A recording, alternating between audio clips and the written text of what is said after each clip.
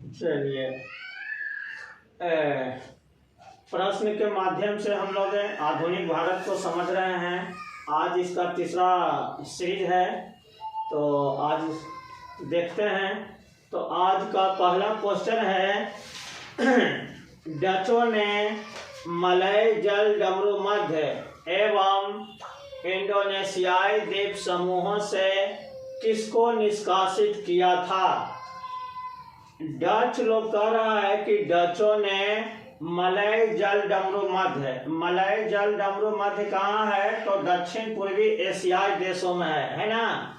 एवं इंडोनेशियाई द्वीप समूह से किसको निष्कासित किया था? तो ऑप्शन है ए में है अंग्रेजों को, बी में है पुर्तगालियों को, सी में फ्रांसीसियों को और डी में डेनिश को। तो यहाँ सही आंसर क्या हो जाएगा? तो सही आंसर पुर्तगाली हो जाएगा। पुर्तगालियों को जब डच आया था तो पुर्तगालियों के साथ इसका अनेक जगहों पर युद्ध हुआ था, है ना। तो डच आया तो पुर्तगाली को यहाँ से निष्कासित किया था। डच लोग मसालों के व्यापार के लिए इंडोनेशिया पर अपना अधिकार स्थापित किया था। यानी मसाला का व्यापार डच लोग कहाँ से करता था? इंडोनेशिया से करता था, है ना।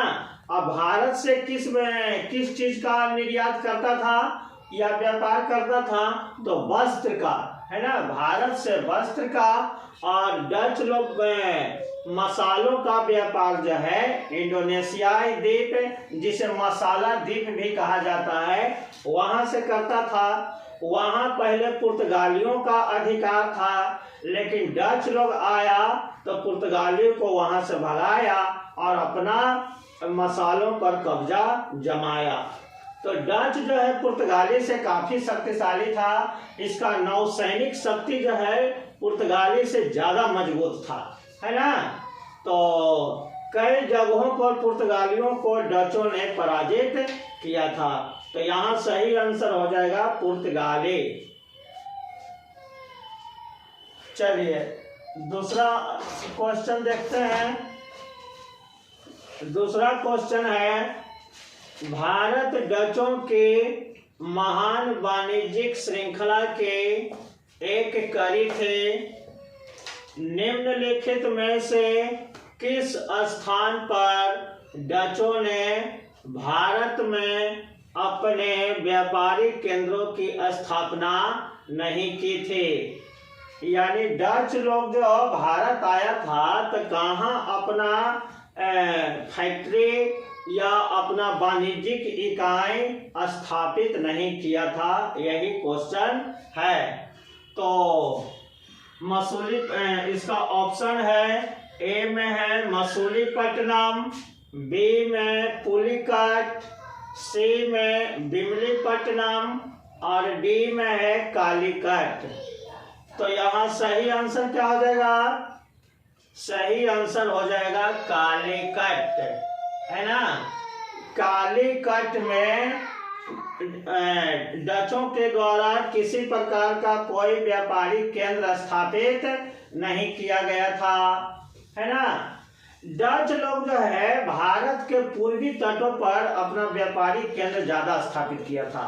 पश्चिमी तटों की तुलना में पूर्वी तटों पर अपने फैक्ट्री कहें या व्यापारिक केंद्र कहें, वो ज्यादा स्थापित किया था। और सर्वप्रथम डचों के द्वारा कहाँ पर अपना व्यापारिक केंद्र स्थापित किया गया था? तो मसूलीपट्टनम में 1605 ईस्वी में, है ना। डचों के द्वारा पहला फैक्ट्री भारत में कहाँ स्थापित किया गया था? तो मसूलीपट्टनम में 1605 ईस्वी में। इसके बाद दूसरा कंपनी या दूसरा फैक्ट्री भारत में कहाँ स्थापित किया था? तो पुलिकट में 1610 ईस्वी में किया था। मसूलीपट्टनम में 1605 ईस्वी, पुलिकट में 1610 ईस्वी में किया था। बिमलीपट्टनम में भी इसका व्यापारी केंद्र था, है ना, ये भी पूर्वी तट पर ही है, लेकिन कालीकट में इसका कोई भी व्यापारी केंद्र या फैक्ट्री नहीं है। तो यहाँ सही आंसर क्या हो जाएगा? कालीकट होगा, है ना। डच ईस्ट इंडिया कंपनी की स्थापना कब हुई थी? 1602 ईस्वी में। 1602 ईस्वी में डच ईस्ट इंडिया कंपनी की स्थापना हुई थी और उसके बाद ये लोग भारत आया और भारत आकर मसूलीपट्टनम में पहला फैक्ट्री 1605 में स्थापित किया। तो ये 2 क्वेश्चन। चलिए अगला क्वेश्चन है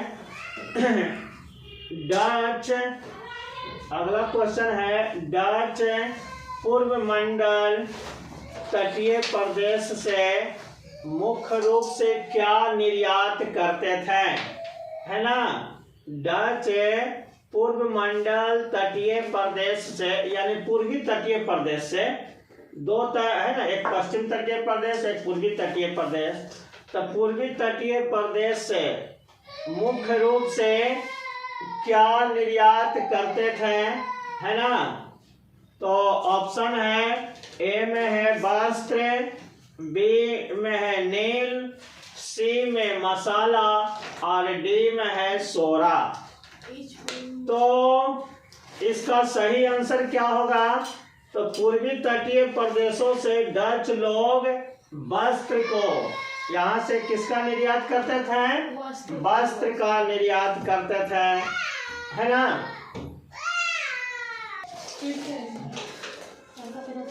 हाँ, तो इसमें सही आंसर क्या हो जाएगा? सही आंसर इसमें वस्त्र हो जाएगा, है ना, वस्त्र।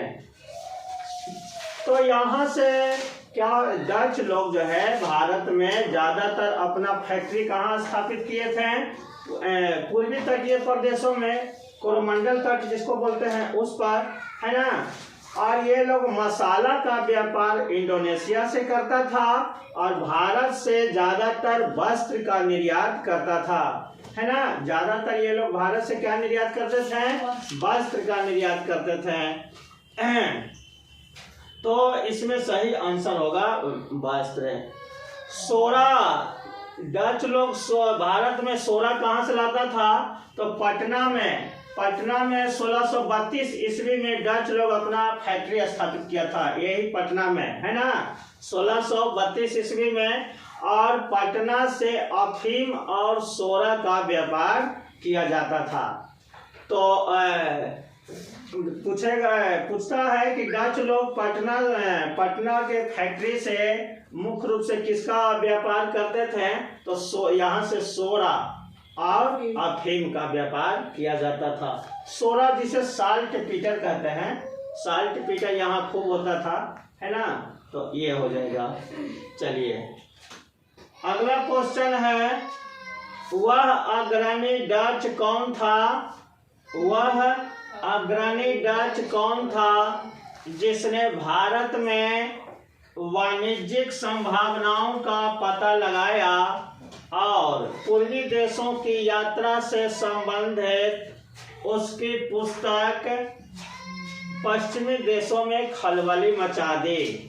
वैसा कौन यात्री था, वैसा डच यात्री जिसने पूर्वी देशों के बारे में ये अपना एक पुस्तक लिखा था जो पश्चिमी देशों में खलबली मचा दिया था? तो इसमें ऑप्शन है कार्लेनियम हाउटमैन, बी में है विलियम वारेंट्स, सी में लिंसा टेन और डी है जॉन पित्रावेल कोएन, है ना। तो इसमें सही आंसर क्या होगा? तो इसमें सही आंसर सी होगा, सी लिंसा टेन, है ना। इसका सही आंसर हो जाएगा लिंसा टेन। सबसे पहले कौन डच यात्री आया था? पूर्वी देशों की यात्रा सबसे पहले कौन सा डच यात्री किया था? कार्नेलियम हाउटमैन, है ना। और उसके बाद लिंसा टेन आया था और लिंसा टेन पूर्वी देश की यात्रा किया और यहाँ के बारे में पूरी जानकारी लेकर अपना एक किताब लिखा था, पुस्तक लिखा था, और इस पुस्तक ने पश्चिमी देशों में काफी तहलका मचाया था, है ना। तो इसका सही आंसर हो जाएगा लेंसा टेल। चलिए, तो ये हो गया।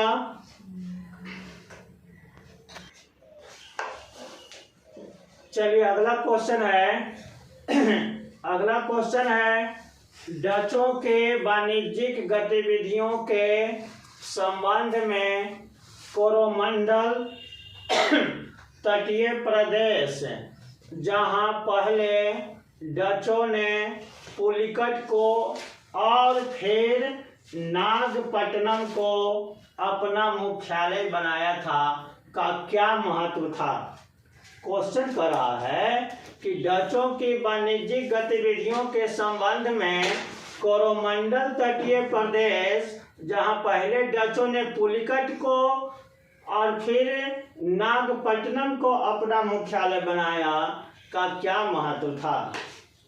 यानी तो इसका ऑप्शन है ए में है पश्चिमी एवं पूर्वी जगत के मध्य यह एक सुविधाजनक विश्राम स्थल था।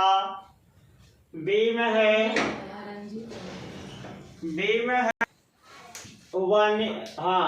ए में ऑप्शन है पश्चिमी एवं पूर्वी जगत के मध्य यह एक सुविधाजनक विश्राम स्थल था, है ना। बी में है वाणिज्यिक केंद्र स्थापित करने के लिए यह एक सुरक्षित प्रदेश था, और सी है यह प्रदेश प्रसिद्ध सर्वाधिक लोकप्रिय एवं सबसे सस्ते विभिन्न प्रकार के भारतीय वस्त्रों के लिए प्रसिद्ध था, और डी है यह प्रदेश वाणिज्यिक प्रतिस्पर्धा से मुक्त था। तो इसमें सही आंसर कौन हो जाएगा। क्यों डच लोग पूर्वी तट पर ही ज्यादा अपना फैक्ट्री लगाया, और मुख्यालय भी पहले पुलिकट को बनाया, ये भी पूर्वी तट पर है, और उसके बाद नागपट्टनम को बनाया, यह भी पूर्वी तट पर है। तो पूर्वी तट पर ही ज्यादा ये लोग ध्यान देने का क्या कारण था। तो यहाँ इसका सही आंसर हो जाएगा सी। सही आंसर क्या हो जाएगा सी। यह प्रदेश प्रसिद्ध सर्वाधिक लोकप्रिय एवं सबसे सस्ते विभिन्न प्रकार के भारतीय वस्त्रों के लिए प्रसिद्ध था। तो पहले भी समझा चुके हैं कि डच लोग भारत से किस चीज का व्यापार करता था, वस्त्र का व्यापार करता था, और मसालों का व्यापार कहाँ से करता था, इंडोनेशिया से, जिसको मसाला द्वीप भी कहा जाता है। डच लोग अपना पहला मुख्यालय पुलिकट को बनाया था। पुलिकट को डच लोग कब जीता था 1610 ईस्वी में, और उसी पुलिकट में अपना मुख्यालय बनाया था, और उसी पुलिकट में एक टकसाल का स्थापना भी किया था। टकसाल जहाँ सिक्का ढाला जाता है, सिक्का कहाँ बनता है टकसाल में, और उसी टकसाल में एक सोने का सिक्का बनाया था जिसे पैगोडा कहा था, है ना। तो पुलिकट में अपना मुख्यालय बनाया, वहां टकसाल भी बनाया, और एक सोना का सिक्का बनाया जिसका नाम हुआ पैगोडा रखा था। बाद में पुलिकट से हटाकर अपना मुख्यालय कहाँ ले आया था, नागपट्टनम में। तो 1659 ईस्वी तक डचों का मुख्यालय पुलिकट था, और 1659 के बाद अपना मुख्यालय कहाँ स्थानांतरित कर देता है, नागपट्टनम को कर देता है। तो ये इसका सही आंसर सी हो जाएगा। चलिए।